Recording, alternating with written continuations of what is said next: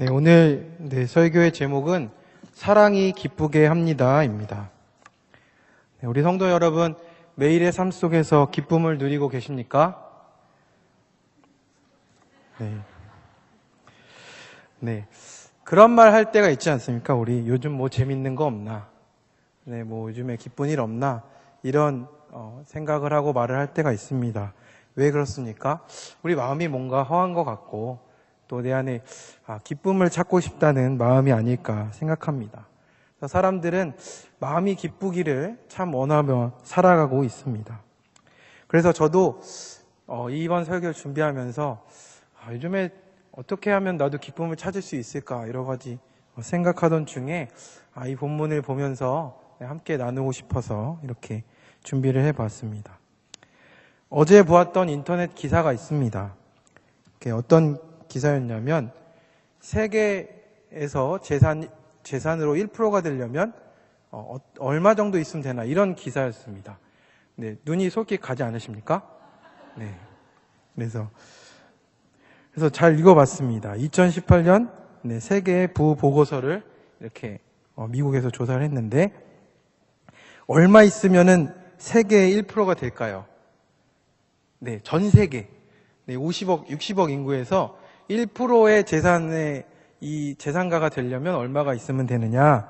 네, 잘 들어보십시오. 네, 약 9억 7,900만 원이 있으면 된답니다. 네, 그러면 세계에서 60억 인구 중에 1%가 된다라고 하는 겁니다. 그래서 그렇구나. 9억 한 8천만 원이 있으면 세계에서 1% 안에 들어가는구나. 네, 그렇습니다. 그렇다고 합니다. 예. 그래서 이거는 부채 뭐 이런 거 다 빼고 이런 거라고 하는데요. 그리고 이게 미국에선 1,900만 명 이상이 되고요. 중국에서는 420만 명이 된다라고 합니다. 그러면 1%는 좀 너무하잖아요. 그죠? 전교에서 1등한 적도 없는데 그거는 또 너무 심한 비유인 것 같고. 그래서 그럼 10%는 얼마인가 궁금해졌습니다. 10%는 얼마냐? 1억 500만 원이 있으면 세계에서 10% 안에 들어간답니다. 네. 그래도 좀 안심이 되십니까? 네. 나는 10% 안에는 될 수도 있겠다. 뭐 이런 생각을. 네. 그래서, 그러면 저는 안 되지요. 그래가지고, 저는 안 됩니다. 그래서, 나는 그러면 뭐 어떻게 안 되나? 그래서, 그 다음 내용은 뭐냐면, 전 세계 사람의 절반보다는 나은 상황. 전 세계 60억 인구에서 절반 이상. 그럼 그래도 조금 소망이 있지 않습니까? 기쁘시죠? 네. 그건 얼마냐? 했더니 약 470만 원 이상만 있으면 절반 이상입니다. 네. 절반 이상 아니신 분 손 내려주시기 바랍니다. 네. 네, 여기 있는 분은 대부분 절반 이상은 된다라고 생각을 합니다. 기쁘시죠? 네, 이걸 보면서 저는 생각을 했습니다. 세상의 기쁨은 결국 옆 사람과 비교하면서 얻는 거구나. 옆 사람과 비교하면서 얻고 그러다 보니까 이 사람 조금 더 가지고 저 사람 조금 더 가지면 그것 때문에 흔들리고 자꾸 내 마음이 바뀌는구나. 세상의 기쁨은 그런 거구나 생각을 했습니다. 또 재미있는 얘기가 하나 있습니다. 인생 삼락이라는 주제인데 인생의 세 가지 기쁨입니다. 차를 몰고 갈 때 자기가 가는 길은 훤히 뚫려서 시원하게 달릴 수 있는데 반대 차선 꽉 막혀서 주차장처럼 차들이 밀려 있으면 배나 기분이 좋다더라. 인생의 일락입니다. 골프를 치기로 약속한 날 무슨 일이 있어서 못 갔는데 비가 억수같이 쏟아져서 필드에 나간 사람들이 헛걸음하고 집으로 돌아온다는 소식을 들었을 때 더 기분이 좋답니다. 세 번째는 자기는 승진했는데 가까운 동료가 승진하지 못했거나 자기 아이는 명문대학에 합격했는데 가까운 친구의 아이가 낙방했을 때 기쁨이 배나 크다. 이게 인생 삼락이라고 조크 중에 이제 농담 중에 이렇게 얘기를 했답니다. 사람의 기쁨이 얼마나 가볍습니까? 그것이 얼마나 우리를 너무나 가볍게 만들고 얼마나 경박하게 만듭니까? 근데 오늘 그리스도인이고 또 하나님의 자녀로 살고 있는 우리는, 또 나는 어떤 기쁨을 누리고 있습니까? 우리 예수님께서 나와 함께 하시고 내 안에 살고 계신다는 그것이 우리에게 참된 기쁨인 줄로 믿습니다. 아멘.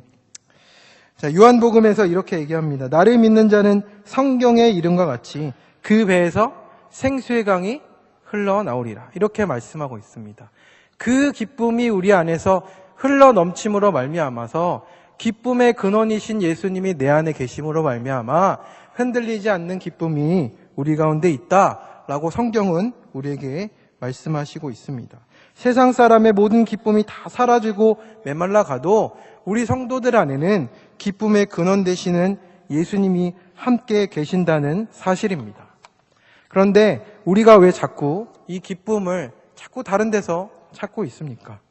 자꾸 세상의 기쁨을 하나님이 주신 기쁨과 바꾸는 것이 우리의 문제라고 하는 겁니다. 내 눈에 보이는 상황과 결과에 집중하고 그것에 따라서 나의 기쁨이 자꾸 바뀐다면 지금 우리가 잘못된 길을 가고 있다라는 겁니다. 우리에게는 충만한 기쁨이 필요한데 세속의 기쁨으로 자꾸 바꾸면 안 된다는 겁니다. 하나님으로부터 오는 충만한 사랑이 필요합니다. 그런데 이렇게 얘기하면 또 우리는 뭔가 열심히 해야 되나 보다. 말씀과 기도를 더 많이 보고 더 열심히 해야 되나 보다. 저는 다시 이렇게 쳇바퀴를 돌리라는 얘기를 하고 싶은 것이 아닙니다. 우리의 방향을 잘 잡고 주님의 말씀을 우리가 들어야 한다라는 겁니다. 그 말씀을 가지고 내 마음 깊은 곳에, 내면의 깊은 곳까지 그 말씀이 적용되도록 우리의 삶을 들여야 한다라는 것입니다. 오늘 본문에서 예수님이 제자들과 말씀을 나누고 계십니다. 이때는 예수님이 제자들이 앞에서 나는 이제 십자가를 질 것이다 라는 얘기를 하셨었고, 이제 제자들은 어떻습니까? 3년 동안 따라다닌 것이 물거품이 될 상황입니다. 절망스럽고 앞이 깜깜합니다.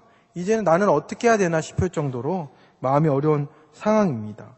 그런 상황 가운데서 예수님께서 충만한 기쁨이 무엇인지를 얘기하고 있는 겁니다.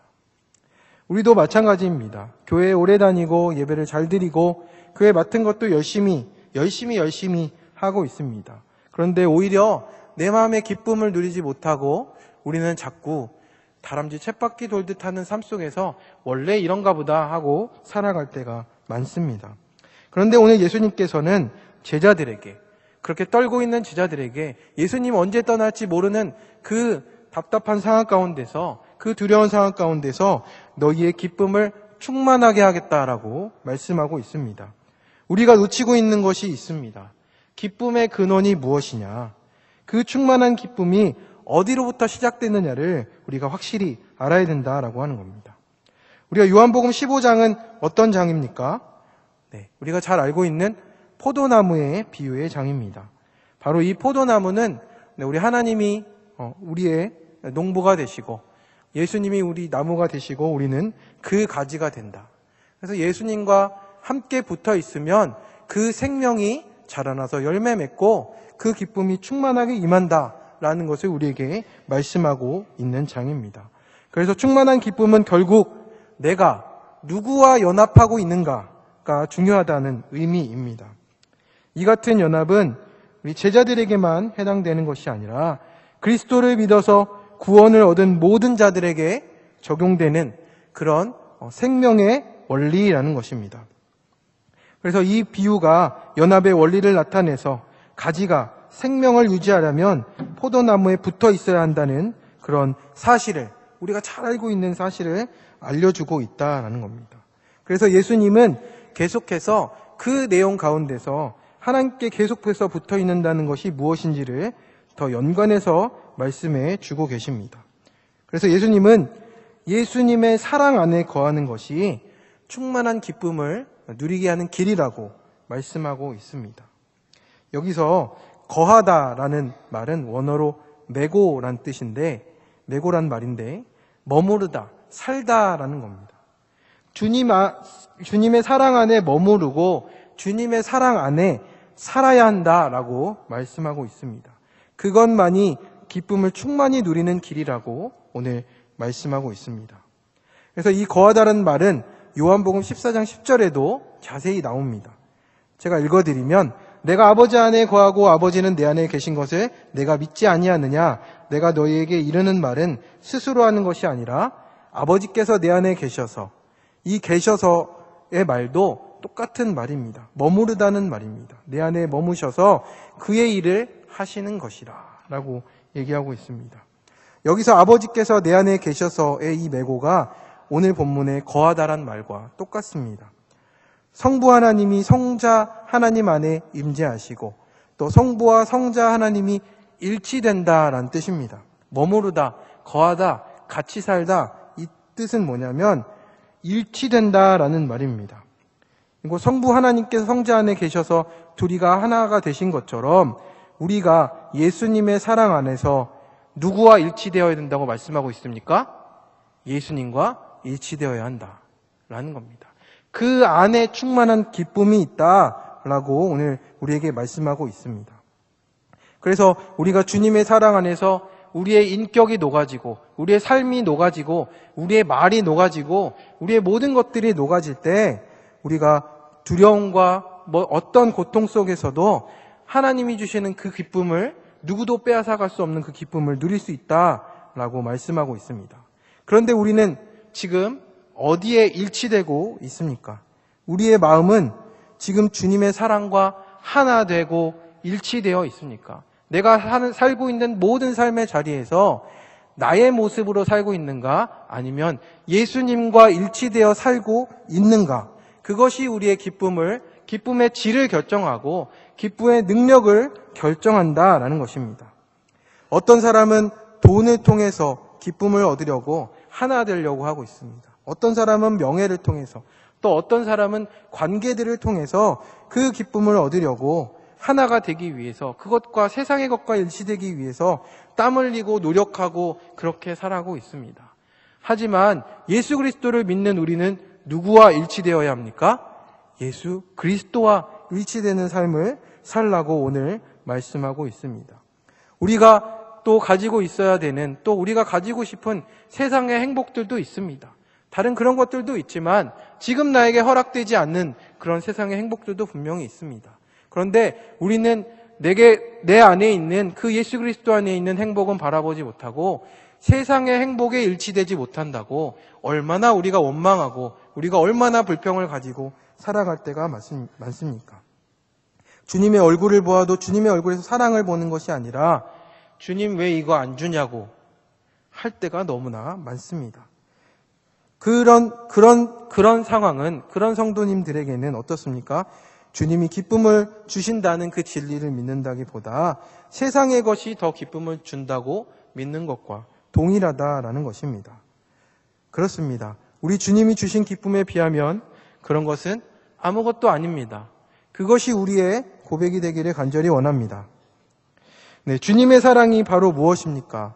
우리 하나님 아버지께서 그 아들을 죽기까지 우리에게 주신 그 사랑, 반역자를 위해서, 반역자들을 위해서, 원수들을 위해서 그 자식을 내어주는 그 사랑이 무엇인지 우리는 보게 됩니다. 또 우리 성자 하나님이신 우리 예수님은 자기의 몸을 정말 자기를 채찍질하고 매질하고 욕을 하고 죽는 데까지 자기의 몸을 그 주신 사랑이 우리 가운데 있습니다. 죄에 깊이 빠져서 곧 죽게 되었던 나에게 주신 그 사랑과 그 은혜가 우리에게 있다라는 것입니다. 사람들은 얼핏 보면 주님의 그런 사랑이 미친 짓이다. 또 아니면 또 날마다 말썽 부리고 부모에게 대항하던 자식이 불속에 빠져 있을 때 정말 그 쓸모없는 자식을 위해서 불속으로 뛰어드는 그 부모와 같은 심정으로 우리에게 그 사랑을 우리에게 보여주셨다라는 겁니다. 바로 주님이 그 사랑 안에 있으라고 얘기하고 있습니다. 그 안에 있어야만 우리가 참된 기쁨을 누릴 수 있다. 아무도 빼앗을 수 없는 그 기쁨을 누릴 수 있다라고 말씀하고 계십니다. 네, 우리 신약 성경에서 우리 예수님이 살리신 사람이 있습니다. 그 사람이 누군지 아십니까? 네, 잠을 깨우기 위해서 제가 퀴즈를 하나 준비했습니다. 네, 신약 성경 이제 예수님이 그 살린 사람이 세 사람이 있습니다. 네, 이 사람이 누군지 아십니까? 네? 네? 네. 네, 자신있게. 네, 유년부 애들은 손두고 발표합니다. 네, 네, 말씀 안 하실 것 같아서 바로 누구냐면, 네, 나야나입니다. 누구라고요? 나야나. 네, 왜 그러냐면, 나인성 과부의 아들을 살리셨고, 야이로의 딸을 살리셨고, 네, 나사로를 살렸습니다. 그런데 신기하게도 그걸 합치면 뭡니까? 나야나. 그리고 또 살아난 사람입니까? 바로 내가 살았다. 라는 겁니다. 그것이 우리의 구원의 기쁨이고 또 구원의 생명이라는 것입니다. 그래서 정말 신기하지 않습니까? 예수님이 나를 살리셨다. 나야나. 이렇게 얘기하는 것 같은 생각이 듭니다. 정말 우리를 살리시고 또 우리의 그 구원의 기쁨 가운데 오게 하시기를 너무나 간절히 원하셨습니다. 그래서 그 사랑 안에 있으면 그 감사와 기쁨으로 충만하게 된다. 오늘 말씀하고 있습니다. 그래서 그 예수님 사랑 안에 거한다는 것이 구체적으로 무엇인지를 오늘 말씀함으로 오늘 마무리하려고 합니다.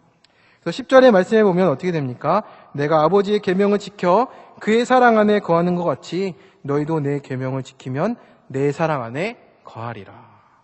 네, 그렇습니다. 그 계명이 무엇인가 봤더니 내 계명은 곧 내가 너희를 사랑한 것 같이 너희도 서로 사랑하라 하는 이것이니라. 예수님의 사랑 안에 있고 그 예수님의 사랑 안에서 그 계명을 지키는 것이 하나님을 사랑하는 것이고 그 사랑 안에 살아가는 것이라고 오늘 말씀하고 있습니다. 근데 우리가 착각하는 것은 뭐냐면 이 계명은 이것을 계명을 지켰으니까 계명을 지켰으니까 끝난 것이다. 이게 아닙니다. 율법을 하나 지켰다라고 말하는 수준의 것이 아닙니다. 여러분, 우리 부모님의 사랑을 한번 생각해 보겠습니다. 우리 부모님이 우리 아이들을 낳아서 키우는데 이제 유치원까지 다 보냈습니다. 그러면 사랑이 끝난 것입니까? 안 끝났죠. 또 언제 그러면 그 다음 단계 초등학교를 졸업하고 중학교, 고등학교를 졸업했습니다. 대학교까지 졸업했습니다. 이제 사랑 안 해도 되는 거죠? 아니에요? 그러면 이제 군대 갔다 와서 결혼하고 결혼까지 했습니다. 이제 그럼 사랑 안 해도 되는 거죠? 아닙니까? 근데 그러면은 이제 애를 낳아서 손주를 낳고 손주를 계속 이렇게 잘 키우고 이제 집 사야 된다고 이제 부모님한테 약간 손을 이렇게 벌릴 때 그럼 어떻게 해야 됩니까? 외면해야 됩니까? 네. 그래도 사랑해야 됩니다. 근데 사랑은 끝이 없는 계명입니다. 그래서 이건 계명을 하나 지켰다, 두 개 지켰다라고 할 수 없는 그런 계명입니다.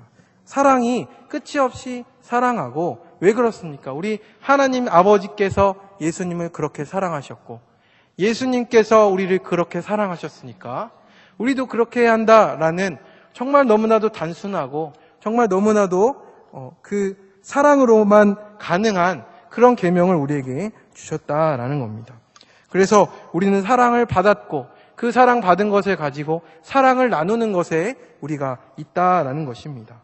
그래서 여기서 말씀하는 내 계명은 곧 내가 너희를 사랑한 것 같이라고 할 때 이 가치는 헬라어 원어의 뜻으로는 그만큼 그리고 내가 사랑한 만큼 내가 사랑한 그대로 내가 사랑한 것처럼 사랑하라 라는 말씀을 우리에게 전해주고 있다라는 것입니다.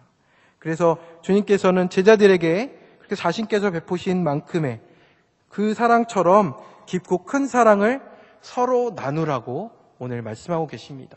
그래서 그 사랑 안에 기쁨이 있다라는 겁니다. 오늘 설교의 제목이 무엇입니까?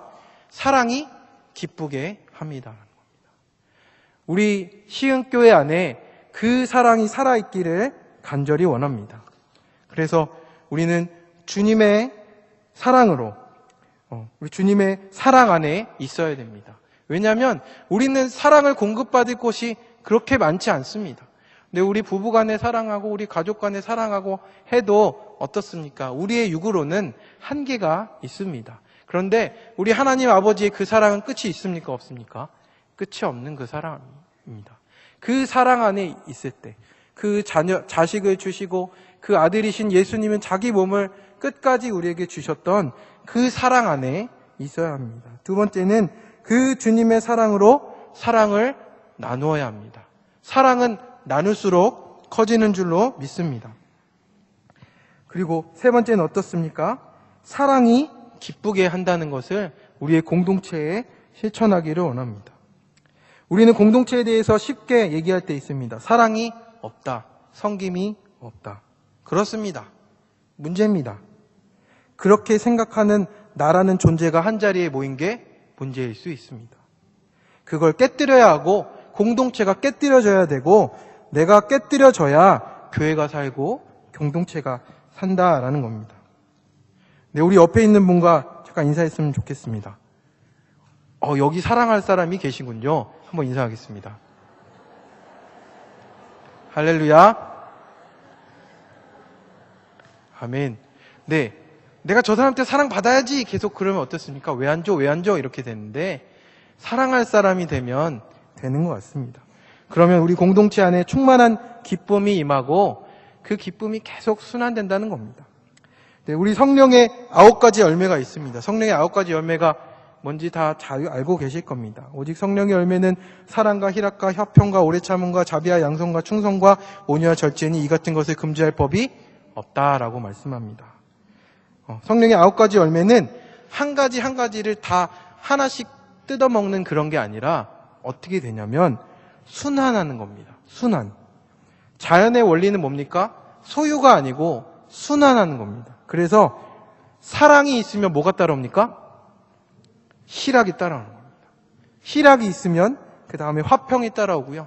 화평이 있으면 오래 참음이 따라오고 계속 그것들이 순환적으로 맺혀지는 것이 되는 게 성령의 원리라는 겁니다. 그래서 하나만 뜯어서 사랑, 희락 이런 게 아니라 순환하면 다 모든 것이 나타나게 되어 있다라고 말씀하고 있습니다. 우리 시흥교회 안에 이 사랑의 순환이 시작되어서 충만한 기쁨이 임해서 우리 교회 안에 부흥이 넘치고 또 서로 우리 성도들 간에 사랑이 넘치고 기쁨이 넘치는 공동체가 되시길 간절히 기도합니다. 아멘. 시간 잠깐 기도하겠습니다. 하나님 아버지, 오늘 이 시간 우리에게 좋은 말씀을 주시고 또 생명의 말씀을 주셔서 감사합니다. 하나님, 우리가 왜 기쁨이 없을까? 하나님, 세상의 기쁨을 찾고 또 찾다가 우리의 마음이 공허해질 때가 얼마나 많습니까? 하나님, 그러나 이제는 우리의 세상 속에서 그 공허한 기쁨을 찾는 것이 아니라 또 하나님으로부터 오는, 우리 하나님 아버지로부터 또 예수 그리스도로부터 오는, 또 성령 하나님으로부터 오는 그 충만한 기쁨을, 그 충만한 사랑으로 말미암아 충만한 기쁨을 누리는 우리 모든 공동체가 될 수 있도록 주님 도와주시옵소서. 그래서 사랑을 나누는 우리 시흥교회, 또 하나님 그 사랑을 나눔으로 기쁨이 넘치는 시흥교회 될 수 있도록 주님 붙잡아 주시옵소서. 주님께서 함께 하심을 믿사오며 모든 말씀 예수님 이름으로 기도드립니다. 아멘.